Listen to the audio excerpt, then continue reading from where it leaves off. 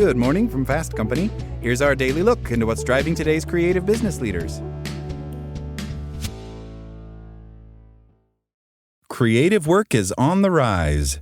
According to recent projections from the Bureau of Labor Statistics, creative and multimedia design roles are expected to grow by 12% over the next 6 years, one of the biggest increases ever for those who hold degrees in fine arts. While not always financially stable, the payout to having a creative job supposedly comes in feelings of fulfillment at a life spent pursuing your passions. But does having a work life that focuses deeply on creative work really make for greater feelings of fulfillment or even happier lives? The answer is complicated. Creative work is good for our mental health, research suggests. According to one 2016 study, 45 minutes of creating visual art, activities like painting, significantly lowered cortisol levels of the study participants.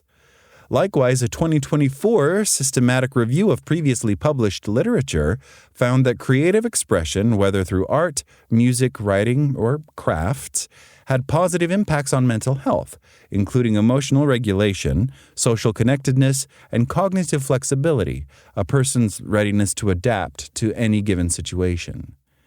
Rachel Lambert, a licensed professional counselor and founder of Brain Code Centers, a brain health consulting service, tells Fast Company that many of the mental health benefits of creative work are due to what happens during a creative process. During deep creative work, the brain often enters a state psychologists call flow, she explains. In that state, self-criticism goes down and attention goes up, and it's associated with lower stress, greater engagement, and improved well-being. Still, while creativity might be one important aspect of mental health, Lambert says the belief that it can actually make people happier is one of the biggest misconceptions about it. In my experience, creativity is less about producing happiness and more about helping people process their inner world, she says. It gives emotions somewhere to go. When thoughts, grief, anxiety, or joy are difficult to express in words, creative work provides another language for the brain. Of course, that language can be a deeply important tool for managing mental health, and it may even be more important to those who choose to work in creative fields. That's because many who choose creative work are more likely to struggle with their mental health to begin with. One 2018 study conducted by Inspire, a mental health organization at Ulster University in Northern Ireland, found that mental health issues like anxiety and depression were 3 times higher in creative professionals than in the general population. Some 60% of those surveyed even reported experiencing suicidal thoughts. That's not because creative work causes depression, however. It's more about the fact that people who struggle with emotional health seek outlets for their emotions more often. People who experience emotions more intensely are often drawn to creative outlets, Lambert says, noting that artistic expression can help people make sense of their experiences. Creative work can become a healthy coping strategy, but it doesn't make someone immune to mental health struggles. In fact, the same sensitivity that fuels imagination can also leave a person more vulnerable to emotional distress. While creativity might not be a straight line to greater happiness, some say there is still a clear link between the two. Caroline Brookfield, an author and keynote speaker who helps teams embrace creativity, tells Fast Company the link is about the problem-solving aspect of creative work. We get a hit of dopamine every time we solve a problem, and all creativity is solving a problem, Brookfield says, adding that one needn't be in an artistic profession to reap the rewards, as creativity can show up in various professions.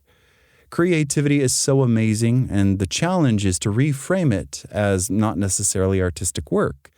But people who do choose artistic outlets have the same benefit of increasing happiness, even if their work is not brilliant, she says. Given that we're living in an economy where gig work is common, the opportunities to be creative, whether through design, photography, or baking stunning cupcakes with beautiful decorations, are ample. Still, for those who do pursue artistic work, there may be other challenges that can dim happiness, such as financial stress. Chloe Bean, A licensed marriage and family therapist and somatic trauma therapist in Los Angeles who works with high-achieving creatives says income can directly impact happiness. When income depends on creative work, it can feel like you're in survival mode, she says. Your nervous system is on high alert, which can make it really hard to be creative and inspired, blocking the very thing you need to generate income. Bean adds, when your identity gets connected to what you produce, financial pressure weighs on your system, creating anxiety and certainly depression. Financial woes aside, experts do seem to agree that creative work is beneficial to mental health. Lambert says the benefits are real and in some cases essential. It helps my clients carry difficult emotions without being consumed by them, she says. In other words, it may not be exactly the same as happiness, but for many, the actual process of creating feels like necessary and therapeutic mental health work. And that may be a big enough reward no matter what. That's all today from Fast Company. Talk to you tomorrow.